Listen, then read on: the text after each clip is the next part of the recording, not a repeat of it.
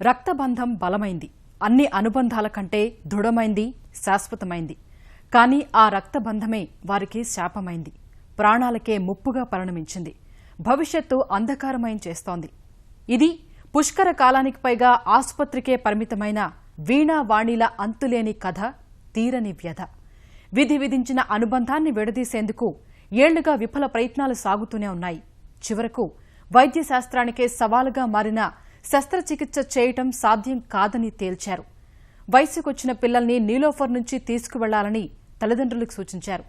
ఆ పేద తల్లిదండ్రుల్ని చూస్తే తమకు పోషించే సామర్థ్యం లేదని దేవుడిపై భారం వేసి వేరు చేయాలని వేడుకుంటున్నారు. ఫలితం నిన్నటి వరకు సమస్యగా మారిన శస్త్రచికిత్స పాటే ఇప్పుడు చిన్నారుల సంరక్షణ బాధ్యత ఎవరిది అనే ప్రశ్నలకు సమాధానాలు అన్వేషించాల్సి వస్తోంది.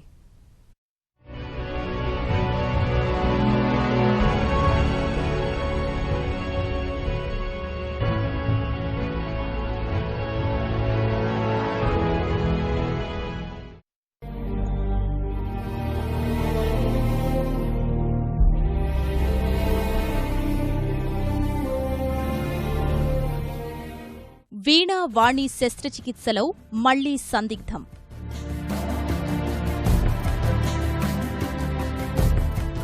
పన్నెండేళ్లకు పైగా ప్రత్యక్ష నరకం.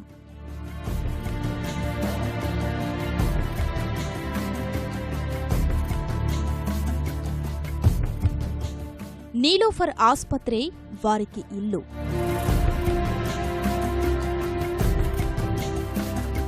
ఉన్నట్టుండి ఒక చిన్న ఆశ, అంతలోనే ఆ ఆనందం దరి చేరకుండానే నిరాశ. పుష్కర కాలానికి పైగా అవిభక్త కవలల ఆపరేషన్పై జరుగుతున్న ప్రయత్నాల తీరిది. ఆత్మలు వేరైనా తనువులు ఒక్కటిగా లోకంలోకి అడుగుపెట్టిన ఈ ఇద్దరినీ వేరుచేసే ప్రయత్నాల గురించి ఏళ్లుగా ప్రస్తావనకు వస్తూనే ఉంది. ఒకసారి సాధ్యమంటూ మరోసారి అసాధ్యమంటున్న వైద్య ప్రపంచం వైపు అంతా ఒక్కటే ఆశతో ఎదురుచూస్తున్నారు.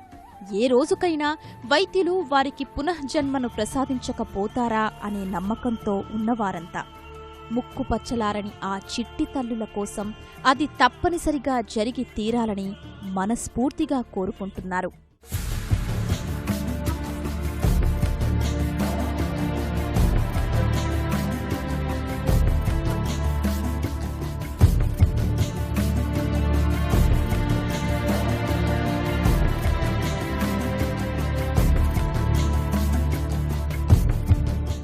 ఈ అంతులేని కథలో వ్యధలు మళ్లీ మొదటికొచ్చాయి. వైద్య శాస్త్రానికే సవాల్గా మారిన వీణా వాణిలకు శస్త్రచికిత్స అసాధ్యమంటూ నీలోఫర్ వైద్యులు తేల్చేశారు. తల్లిదండ్రులకు అదే కబురందించారు. ఇక పిల్లల సంరక్షణ బాధ్యతలు తీసుకోవాలన్న ఆస్పత్రి యాజమాన్యం విజ్ఞప్తికి స్పందించిన ఆ పేద తల్లిదండ్రులు ఇంటికి తీసుకెళ్లే ఆర్థిక శక్తి తమకు లేదని దేవుడిపై భారం వేసి శస్త్రచికిత్సకు సుముఖత వ్యక్తం చేస్తున్నట్లు లేఖ అందించారు. ఆ మేడంకు లెటర్ అందజేసినాము. అంటే ఏం రాశారని చెప్పి అంటే ఇట్లా మాకు ఆపరేషన్ సక్సెస్ చేసి ఇస్తామని చెప్పి ముందు రోజుల్లో అన్నారు. ఖచ్చితంగా మాకు పిల్లలకు ఆపరేషన్ చేయించండి, ఎందుకంటే నరకంగా అనుభవిస్తున్నారు. ఇట్లా వాళ్ళు చచ్చిపుడుతున్నారు. ఇప్పుడు కూడా ఇట్లా ఉండి కూడా ఇద్దరు వెళ్ళాలంటే ఎటు బాత్రూమ్కి వెళ్ళాలన్నా ఒకరికి వచ్చినా కానీ ఇద్దరు వెళ్ళాలి. ఒకరు నిద్రపోతుంటే ఒకరు ఆ నిద్ర చెడగొట్టుకోవాలి. మళ్ళీ అట్లా నరకంగా అనుభవిస్తున్నారు. ఎటు పోవాలన్నా ఇద్దరు పోలేరు. కొంత దూరం నడవాలన్నా కానీ ఆయాసపడుతుంటారు.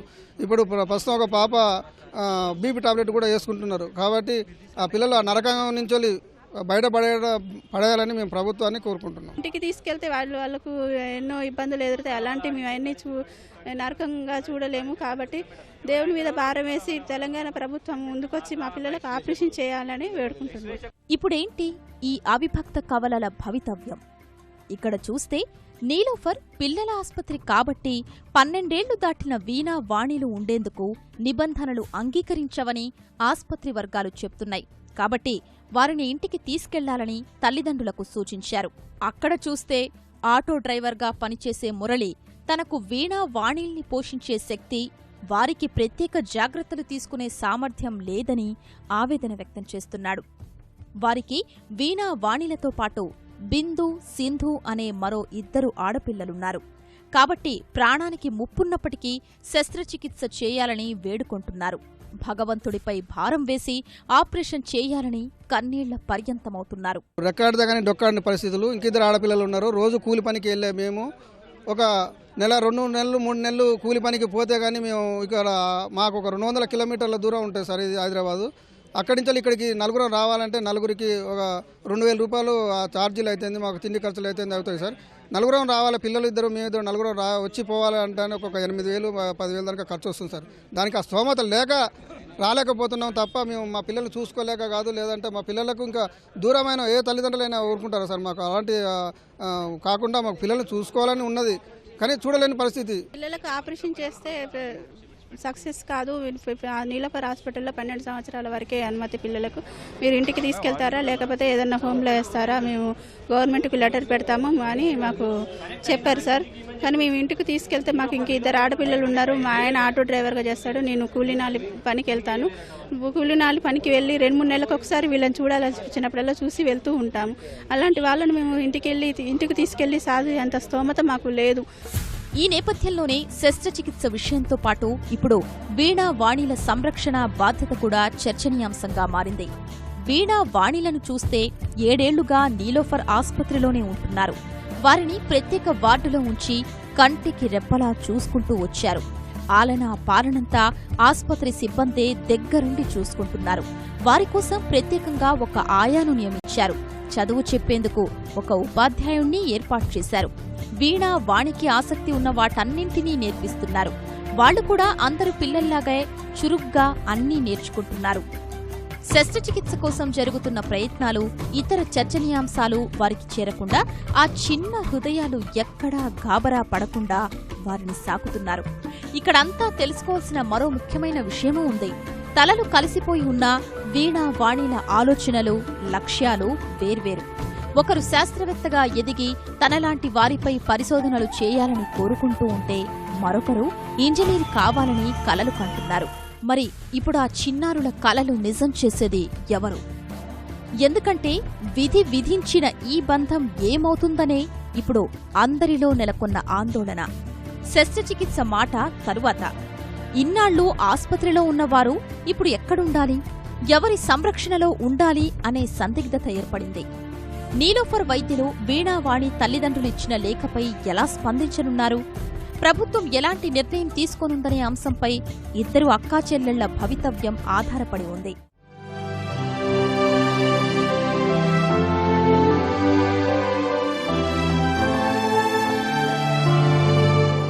వాస్తవానికి పుష్కర కాలంగా ఆస్పత్రినే ఇంటిగా మార్చుకున్న చిన్నారుల కష్టాలు తీర్చేందుకు అనేక విఫల ప్రయత్నాలు జరిగాయి. వీణా వాణిల్ని వేరు చేసేందుకు, సంక్లిష్టమైన శస్త్రచికిత్స జరిపేందుకు అనేకసార్లు వైద్యులు ముందుకొచ్చారు. వివిధ పరీక్షల తరువాత ప్రయత్నాలు విరమించుకున్నారు. వీణా వాణిల్ని వేరు చేస్తామని 2007లో ముంబైకి చెందిన బ్రీచ్ కాండీ ఆసుపత్రి న్యూరో సర్జన్ వైద్యుడు డాక్టర్ ఆశిష్ మెహతా ముందుకు రావడం వల్ల ఆశలు చిగురించాయి. కానీ వీణా వాణిల్ని ముంబైకి తరలించినప్పటికీ నిరాశ మిగిలింది. శస్త్రచికిత్స చేయలేమని చేతులెత్తేశారు. వీణా వాణిల్ని మళ్లీ 2009లో హైదరాబాద్ నీలోఫర్ ఆసుపత్రికి తరలించారు. తరువాత సింగపూర్లోని ఈస్ట్ షోర్ ఆసుపత్రి neuro surgeon doctor Keith Gogh Hyderabad వచ్చి వీణా వాణిల్ని పరీక్షించారు. శస్త్రచికిత్స చేస్తామని ముందుకొచ్చి అనేక నివేదికలు పరిశీలించినప్పటికీ చివరకు ఆ ప్రయత్నాలు కూడా ముందుకు సాగలేదు. గతేడాది లండన్కు చెందిన డాక్టర్ డేవిడ్ డునవే, డాక్టర్ ఒవాసీ జిలానీ వచ్చి వీణా వాణిల్ని పరీక్షించి వేరు చేస్తామని ప్రకటించడంతో మళ్లీ ఆశలు చిగురించాయి. వీణా వాణికి ఇద్దరికీ తలలో ఒక్కటే రక్తనాళం ఉన్నప్పటికీ వారికి విముక్తి కల్పించేందుకు 80% వరకు అవకాశం ఉందని లండన్ వైద్యులు భరోసా ఇచ్చారు. ఈ చికిత్సలో 20% మేర ముప్పు ఉందని అంగీకరించిన లండన్ వైద్యులు ఆ ప్రమాదం కూడా లేకుండా ముందుకు సాగుతామన్న ధీమాను వ్యక్తం చేశారు. అప్పుడు వారేమన్నారో లండన్ వైద్యుల మాటల్లోనే చూద్దాం. The major problem for them is that they're joined at the head. It looks like their brains are separate, but some of the blood vessels, the venous sinuses that drain blood away from the brain, are joined together. So that makes the whole process of separating them a little bit more complicated than it otherwise might be, because we need to make sure that their brains have a good blood supply and venous drainage after it. We're planning to do it in a very staged procedure, which we did with our last set of twins, and that seemed to work well. So I think they're probably, from the surgical aspects, hopefully there is a way to get through this for them. On our preliminary assessment, we feel there is a good chance that we will be able to separate the two girls. It has to be a staged approach, and at the moment we feel that it will require possibly 5 operations. Returning to the UK, we'll submit a report to Professor Reddy and the Government of India, and then once the local team and the Government of India are happy for us to proceed, then we'll make arrangements to get the girls over. We have quite a large experience of dealing with conjoint twins. Conjoint means kids that may be joined at any part of the body. With regards to craniopagus, which means where kids are joined at the head, we have had 2 cases thus far, and as we've said, both cases have been successful. The girls have been separated, and we have 4 healthy girls at this stage. London వైద్యుల ఆ ప్రకటన తరువాతే శస్త్రచికిత్స సాధ్యాసాధ్యాలపై నివేదిక ఇవ్వాలని Delhi AIIMS ని కోరింది రాష్ట్ర ప్రభుత్వం. వివిధ పరీక్షల అనంతరం శస్త్రచికిత్స చేస్తే వీణా వాణిల ప్రాణాలకు ముప్పు ఎక్కువగా ఉందని ఎయిమ్స్ తేల్చింది. గత నెలలో నీలోఫర్ ఆసుపత్రికి ఆ వివరాలు సమర్పించింది. శస్త్రచికిత్స చేస్తే మెదడులో రక్తస్రావం జరిగే ప్రమాదముందని వైద్యులు అంచనా వేస్తున్నారు. కొన్ని రోజుల క్రితం ఎయిమ్స్ డాక్టర్స్ టీమ్ లాగా వచ్చి ఎగ్జామిన్ చేశారు వాళ్ళని. వాళ్ళ రిపోర్ట్స్ అన్నీ తీసుకెళ్ళి అక్కడ స్టడీ చేసి ఇంకా కొన్ని రిపోర్ట్స్ అడ్వైజ్ చేశారు. అవి ఇక్కడ నిమ్స్లో తర్వాత ఎంఎన్జే క్యాన్సర్ కూడా చేయించి పంపించాము. వాళ్ళందరూ అవన్నీ చూసి ఒక టీం లాగా అన్నీ అనలైజ్ చేసి వాళ్ళు కంక్లూజన్కి వచ్చి ఏం చెప్పారంటే సెపరేషన్ చేస్తే మార్టాలిటీ ఎక్కువ ఉంటుంది అనే కంక్లూజన్కి వచ్చారు.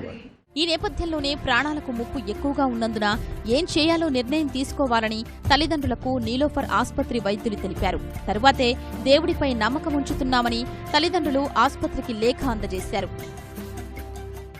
ఈ పరిణామాల మధ్యనే 12 ఏళ్లుగా వీడని ఈ శరీర బంధం వీణా వాణిలకు యాతనగా మారింది. 2003 అక్టోబర్ 15న మురళి నాగలక్ష్మిలకు వీణా వాణి పుట్టారు. శరీరాలు రెండైనా ఒక్కటే తలతో ఉన్న పసికందుల్ని చూసి ఆస్పత్రి వైద్యులు ఆశ్చర్యపోయారు. బిడ్డలకొచ్చిన కష్టానికి అంతులేని ఆవేదన చెందారు. చిన్నారుల్ని బాగు చేయించుకోవాలన్న ఆశతో గుంటూరు ప్రభుత్వాసుపత్రికి తీసుకెళ్లారు. 3 ఏళ్లపాటు అక్కడే ఉన్నారు. నిత్య నరకం అనుభవించారు. అయినా ప్రయోజనం లేకపోయింది. 2006లో హైదరాబాద్లోని చిన్నపిల్లల దవాఖానా నీలోఫర్కి వీణా వాణిల్ని తీసుకొచ్చారు తల్లిదండ్రులు. తమకు ఆ పిల్లల్ని పెంచే స్థోమత లేదని, ప్రభుత్వమే ఆదుకోవాలంటూ పిల్లల్ని వదిలి వెళ్లిపోయారు. నాటి నుంచి చిన్నారులకు నీలోఫర్ ఆసుపత్రే సొంతిల్లైంది. సిబ్బందే తల్లిదండ్రులుగా వారిని కంటికి రెప్పలా చూసుకుంటున్నారు. వారి బాగోగులు చూసుకుంటూ వైద్యాన్ని అందిస్తున్నారు.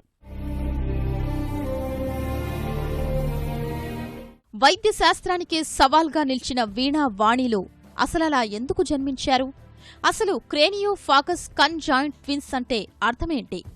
కంజాయింట్ ట్విన్స్ అంటే ఒకేలా ఉండి శరీరంలో ఏదో ఒక భాగం అతుక్కుని పుట్టినవారని అర్థం.